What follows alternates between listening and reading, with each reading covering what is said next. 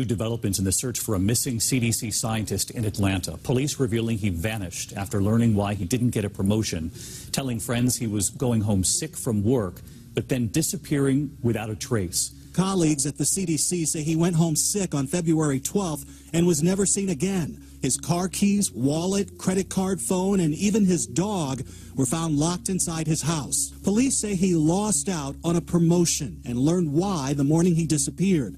On his way home, they say he calls his mother in Maryland, but the call goes to voicemail. His family is offering a $10,000 reward. By now, you should have heard about the CDC worker Timothy Cunningham, who seemed to just vanish. There's so much strange things about this whole story, and it's funny that everyone suspects foul play except the police. Typical.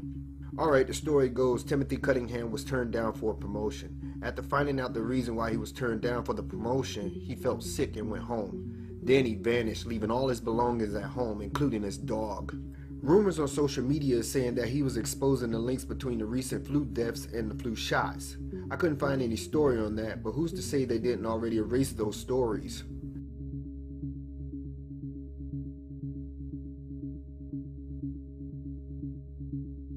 Let me tell you something. If you're still taking the flu shots, ask yourself the following questions. 1. Why does the flu always shows up in the winter? What, it hibernates during the summer?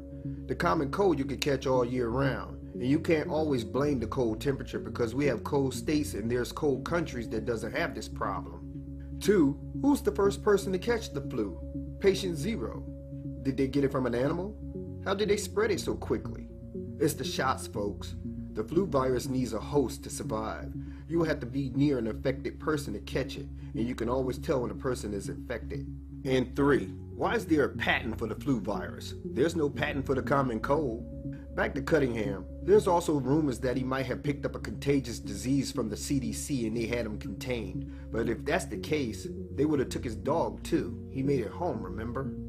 His dad said that every member of the family has a go-to person to keep the family informed, and his son's go-to person is his sister. They talk all the time. In fact, she said they are best friends and it's not unusual for them to talk multiple times a day. I want you to keep that in mind. Okay, back to the promotion. This guy went to Morehouse and Harvard and have a master's degree. A Morehouse College grad earning a master's and PhD from Harvard University. As an epidemic intelligence officer, he's been deployed for public health emergencies, including Superstorm Sandy, Ebola, and Zika. On Monday, Atlanta police say Cunningham left work sick and hasn't been seen since. Who is this guy that beat him out of the promotion? What did Timothy do or did not do to lose out on the promotion?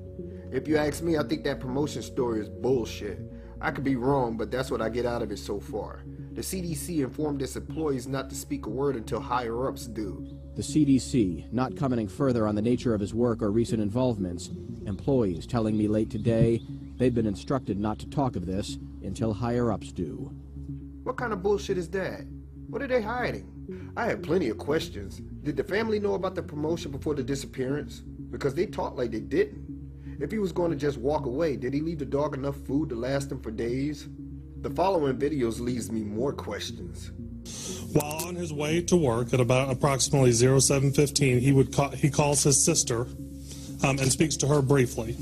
He arrives at work, and when he arrives at work, he meets with his supervisor.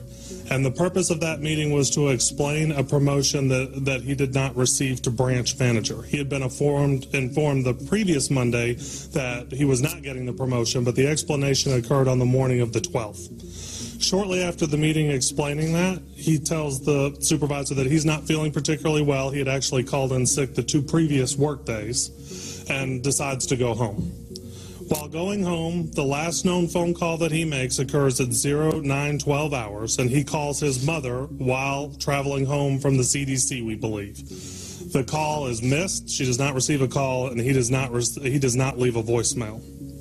Okay, so why didn't he call his sister? They speak all the time, right? If he had something on his mind, I'm sure he would have called her. Cunningham graduated from Morehouse College and earned advanced degrees from Harvard. The 35-year-old CDC scientist reportedly lived alone. His next-door neighbor, Viviana Torrey, says Cunningham said something odd to her husband the day he disappeared. He told my husband to tell his wife, me, to erase his cell phone number from my cell phone. What is this chick talking about?